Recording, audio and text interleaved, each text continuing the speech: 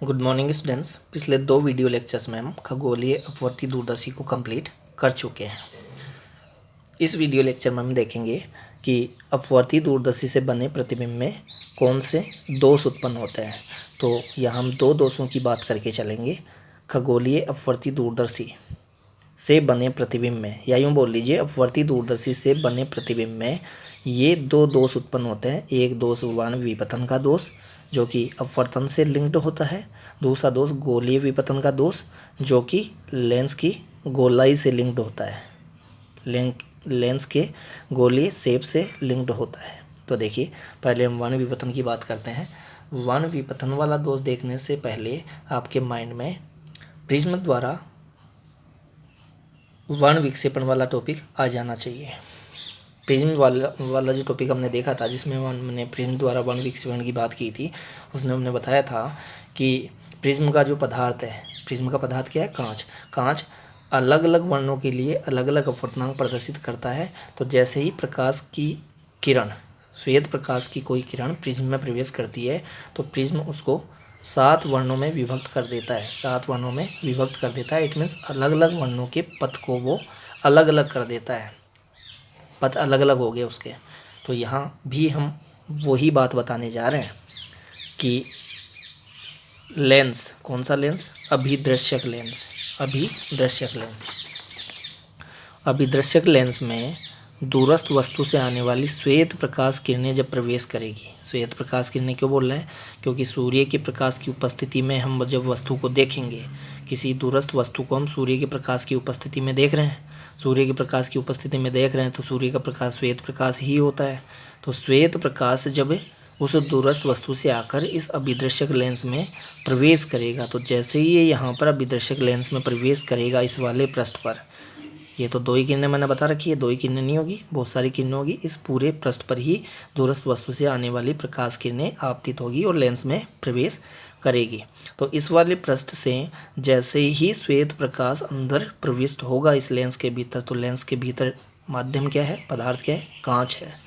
तो कांच अलग अलग वर्णों के लिए, अलग अलग तरंगदैर्ध्यों के लिए अलग अलग अपवर्तनांक प्रदर्शित करता है। अब श्वेत प्रकाश है तो श्वेत प्रकाश को मोटे तौर पर हम 7 वर्णों से मिलकर बना हुआ मानते हैं। तो 7 वर्णों के लिए ये कांच जो है, ये जो लेंस है, इस लेंस का जो पदार्थ है कांच, वो अलग अलग अपवर्तनांक प्रदर्शित करेगा। इट मीन्स 7 वर्णों को वो अलग अलग कोणों से विचलित कर देगा, उनके पथ अलग अलग कर देगा। तो पथ अलग अलग कर देगा, इसका मीनिंग ये हुआ कि जैसे प्रिज्म में अंदर प्रवेश करते ही प्रकाश 7 वर्णों में विभक्त हो जाता था, वैसे ही यहाँ पर भी ये प्रकाश किरण 7 वर्णों के प्रकाश में विभक्त हो जाएगी और ये भी 7 वर्णों में। ऐसे ही यहाँ पर जितनी भी प्रकाश किरणें आपतित होगी वो सब 7 वर्णों में विभक्त हो जाएगी। तो इस तरीके से इधर जो प्रकाश निकलेंगे वो भी 7 वर्ण निकलेंगे। ये जो इमेज बनेगी, ये रंगीन बनेगी, ये प्रतिबिंब रंगीन बनेगा। मान लीजिए ये वस्तु जो है वो ब्लैक एंड वाइट है, तो ब्लैक एंड वाइट वस्तु को भी जब हम सूर्य के प्रकाश की उपस्थिति में देखेंगे दूरदर्शी की सहायता से, तो वर्ण विपतन के कारण, वर्ण विपतन का मतलब क्या हुआ? अलग अलग वर्णों का पथ अलग अलग हो जाना। क्यों हुआ? क्योंकि कांच अलग अलग वर्णों के लिए अलग अलग अपवर्तनांक प्रदर्शित करता है। ये हमने कोची रिलेशन से बताया भी था प्रिज्म वाले टॉपिक में,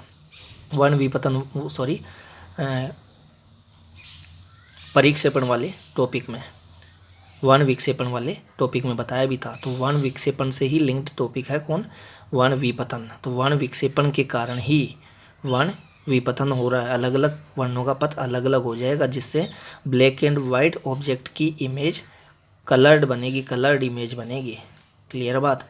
तो ब्लैक एंड वाइट है ऑब्जेक्ट, तो वो ब्लैक एंड वाइट ही दिखेगा, तभी तो हम बोलेंगे कि सही इमेज बनी है। ब्लैक एंड वाइट है वो, और वो कलर्ड हमें दिखाई दे रही है, तो इट मीन्स दोष उत्पन्न हो गया है उसमें, जो जैसा है वैसा दिखना चाहिए। तो यही दोष है वर्ण विपतन का दोष।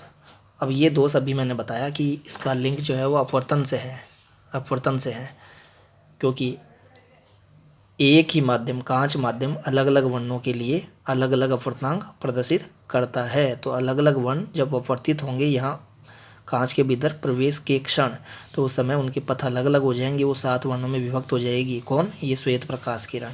क्लियर बात।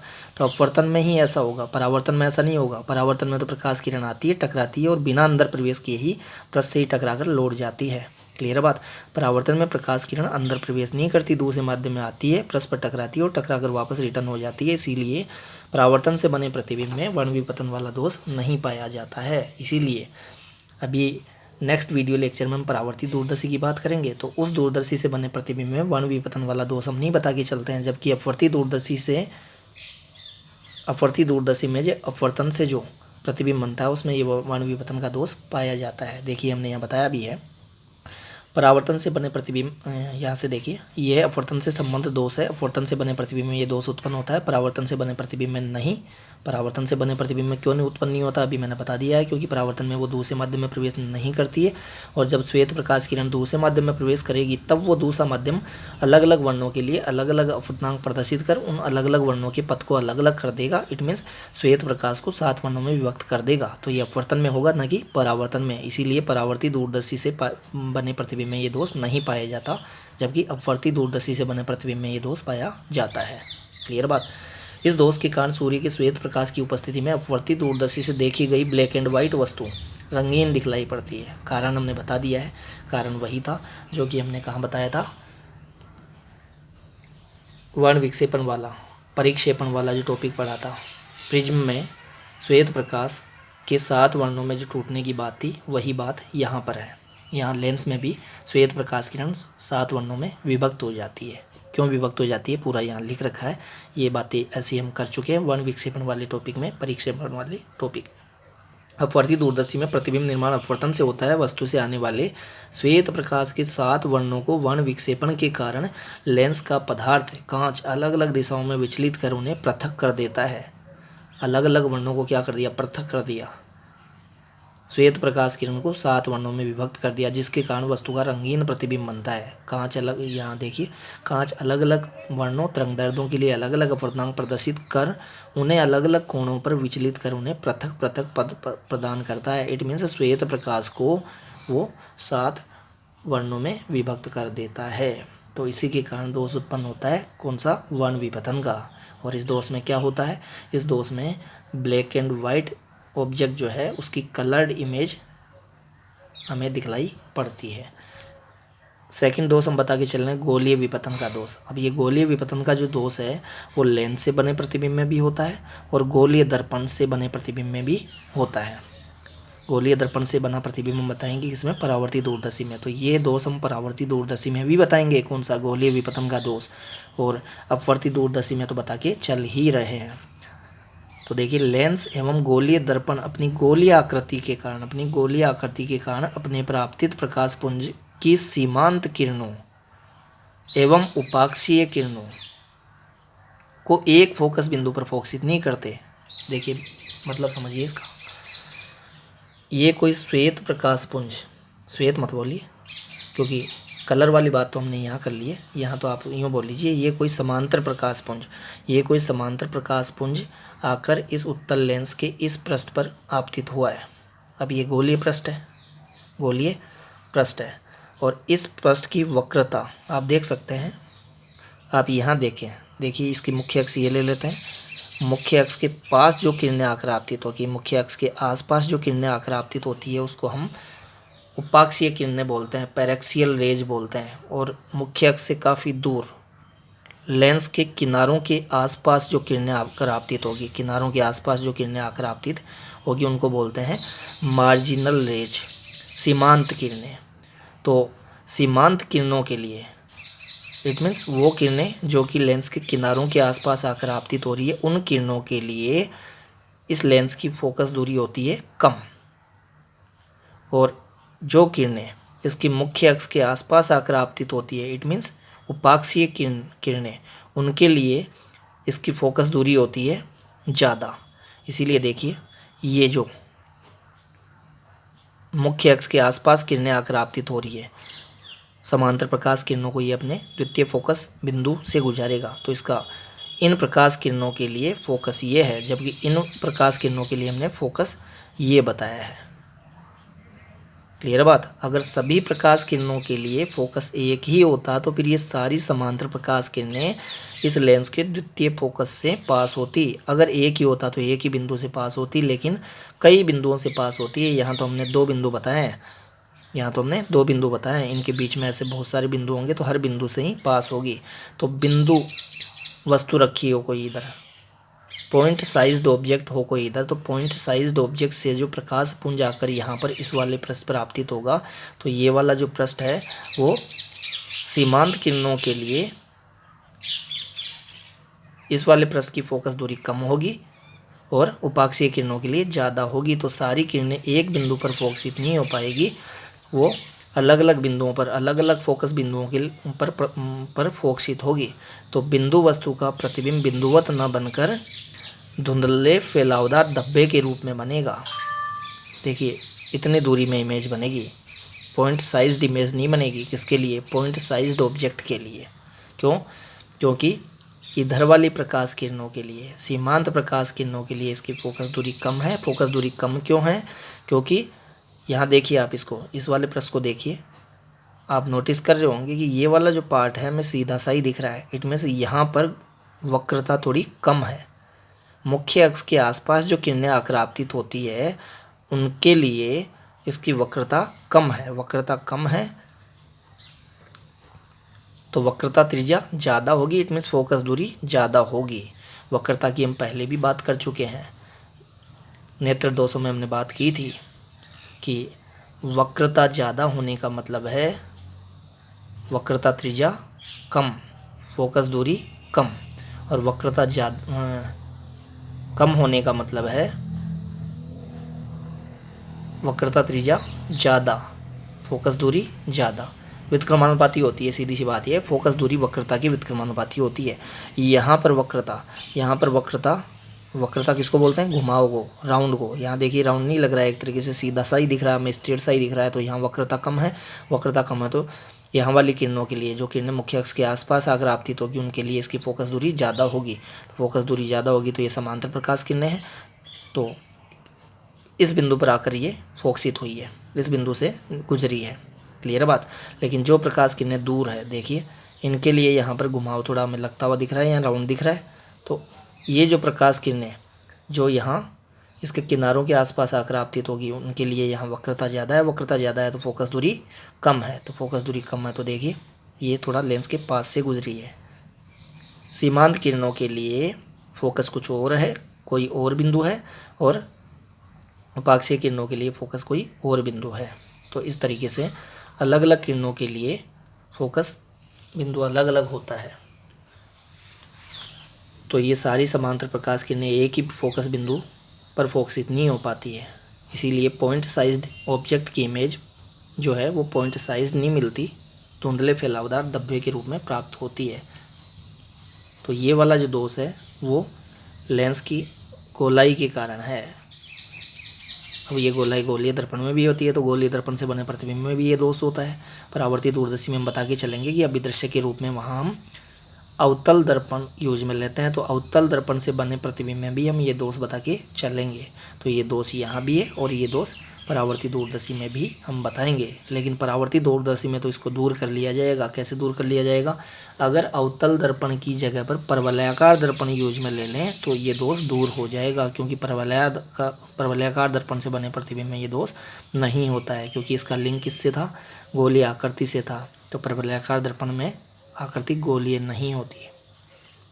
लेंसों एवं गोलीय दर्पण से बने प्रतिबिंब में दोष पाया जाता है, परवलयाकार दर्पण में नहीं होता है।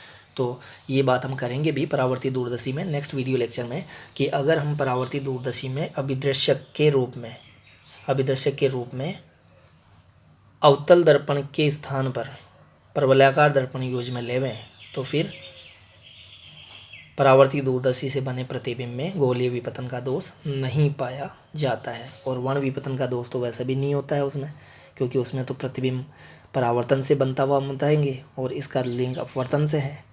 परावर्ती दूरदर्शी में हम परावर्तन की बात करेंगे, अपवर्तन की बात नहीं करेंगे। तो ये तो अपवर्तन से लिंक्ड है इसका, तो ये तो अपवर्तन के कारण उत्पन्न होता है, परावर्तन के कारण उत्पन्न नहीं होता है। तो परावर्ती दूरदर्शी में ये दोष तो होगा ही नहीं प्रतिबिंब में।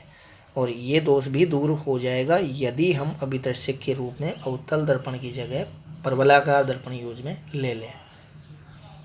ये अभिदर्शक के रूप में मैं क्यों बोल रहा हूँ, क्योंकि अपवर्ती दूरदर्शी में अभिदर्शक के रूप में हम उत्तल लेंस लेते हैं, जबकि परावर्ती दूरदर्शी में हम अभिदर्शक के रूप में अवतल दर्पण या परवलयाकार दर्पण लेते हैं। अब अगर आपने अवतल दर्पण यूज में ले लिया अभिदर्शक के रूप में, तो गोलीय विपतन का दोष वहाँ भी होगा। ये तो होगा ही नहीं, वहाँ ये वाला दोष तो नहीं होगा, लेकिन ये होगा अगर आप अभिदर्शक के रूप में अवतल दर्पण यूज में लेते हैं। लेकिन अगर आपने अभिदर्शक के रूप में अवतल दर्पण के स्थान पर परवलयाकार दर्पण यूज में ले लिया, तो गोलीय विपतन का दोष परावर्ती दूरदर्शी से बने प्रतिबिंब में नहीं पाया जाएगा।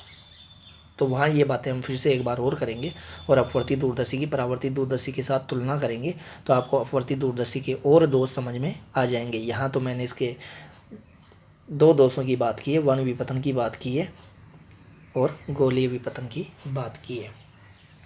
इसमें मैंने बताया कि किसी ब्लैक एंड वाइट ऑब्जेक्ट की इमेज कलर्ड इमेज बनती है, और इसमें मैंने बताया कि पॉइंट साइज्ड ऑब्जेक्ट की इमेज पॉइंट साइज नहीं बनती, एक धब्बे के रूप में, धुंधले धब्बे के रूप में मिलती है। ये पॉइंट साइज्ड होगा तो ये नॉन पॉइंट साइज्ड होगा, धब्बादार होगा, धब्बेदार होगा, थोड़े फैलाव में बनेगा ये। क्यों? क्योंकि अलग अलग किरणों के लिए फोकस बिंदु अलग अलग है। क्यों? क्योंकि यहाँ हम वक्रता, यहाँ वाली किरणों के लिए वक्रता हम ज़्यादा बता के चल रहे हैं, वक्रता ज़्यादा तो फोकस दूरी कम, और यहाँ वाली किरणों के लिए, उपाक्षीय किरणों के लिए वक्रता कम बता के चल रहे हैं तो फोकस दूरी ज़्यादा।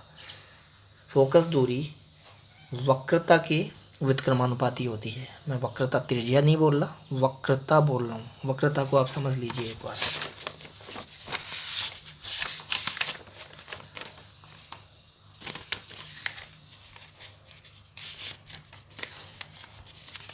देखिए इस डायग्राम में, देखिए वक्रता को समझिए एक बार। टॉपिक तो ये हमारा कंप्लीट हो गया है, दोष कंप्लीट हो गया। देखिए ये वाला कोई पृष्ठ है और एक पृष्ठ ये है। अब ये वाला जो पृष्ठ है इसमें वक्रता ज़्यादा है, घुमाव ज़्यादा है, राउंड शार्प है। क्लियर बात? तो इसके लिए अगर मैं गोला कंप्लीट करता हूँ, इसको भी मैं लेंस बना लेता हूँ एक बार, और इसका गोला बनाएंगे हम, इमेजनरी स्पेयर बनाएंगे तो ये होगा। इसके लिए इमेजनरी स्पेयर बनाएंगे तो इस तरीके से और बड़ा होगा। यहाँ मेरे पास पेज छोटा है इसलिए यहाँ तक बना देता हूँ। ये लेंस है, तो आप देख सकते हैं किसके लिए फोकस दूरी ज़्यादा होगी। इसके लिए ये पृष्ठीय बिंदु पोल बोल सकते हैं, इसके लिए पोल ही हो गया। पोल से इस गोले के सेंटर तक की जो डिस्टेंस है उसको हम वक्रता त्रिज्या आर बोलते हैं, और वक्रता त्रिज्या आर की आधी दूरी को हम बताते हैं फोकस दूरी एफ के बराबर। इसमें यहाँ तक बता के चलेंगे कैपिटल आर जो है। तो देखिए वक्रता ज़्यादा है, घुमाव यहाँ ज़्यादा है, तो गोला छोटा बना है। गोला छोटा बना है तो वक्रता त्रिज्या कम है, वक्रता त्रिज्या कम है तो फोकस दूरी भी कम होगी। वक्रता ज़्यादा है, वक्रता त्रिज्या कम है, वक्रता यहाँ कम है, घुमाव यहाँ कम है। घुमाव कम है तो गोला बड़ा बनेगा, वक्रता त्रिज्या ज़्यादा होगी। इट मीन्स वक्रता कम तो वक्रता त्रिज्या ज़्यादा, और त्रिज्या ज़्यादा तो फोकस दूरी भी ज़्यादा, क्योंकि हमने गोलीय दर्पणों में एक फॉर्मूला देखा था F=R/2। तो यही हम मान कर सकते हैं किसके लिए, लेंस के लिए। तो F=R/2 से हम देख सकते हैं कि R ज़्यादा होगा तो F भी ज़्यादा होगा। तो वक्रता ज़्यादा है तो R कम है और F भी कम है। क्लियर बात? तो वक्रता ज़्यादा कहाँ बता के चल रहे हैं हम? वक्रता ज़्यादा हम यहाँ के लिए बता के चल रहे हैं, किनारों पर वक्रता ज़्यादा बता के चल रहे हैं, तो किनारों पर फोकस दूरी कम होगी। किनारों वाली किरणों के लिए फोकस दूरी कम होगी, तो फोकस दूरी कम ही बताइए। देखिए पहले ही इंटरसेक्ट करवा दिया है, जबकि वक्रता हम कम कहाँ बता के चल रहे हैं? वक्रता हम कम बता के चल रहे हैं यहाँ उपाक्षीय किरणों के लिए। तो वक्रता कम होती है तब वक्रता त्रिज्या ज़्यादा और फोकस दूरी भी ज़्यादा, तो वक्रता कम यहाँ पर है।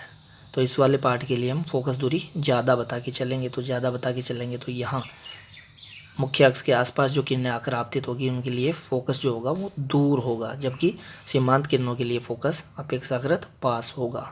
क्लियर बात? तो सीमांत किरणें किसी और बिंदु पर फोकसित होगी, उपाक्षीय किरणें किसी और बिंदु पर फोकसित होगी। तो इस तरीके से एक ही बिंदु वस्तु से आने वाली सभी प्रकाश किरणें एक बिंदु पर फोकसित होकर बिंदु प्रतिबिंब नहीं बना पाएगी, बिंदु प्रतिबिंब नहीं बना पाएगी। उस बिंदु वस्तु के लिए बिंदु प्रतिबिंब की बजाय धब्बे के रूप में थोड़ा सा फैलावदार बड़ा प्रतिबिंब बनेगा।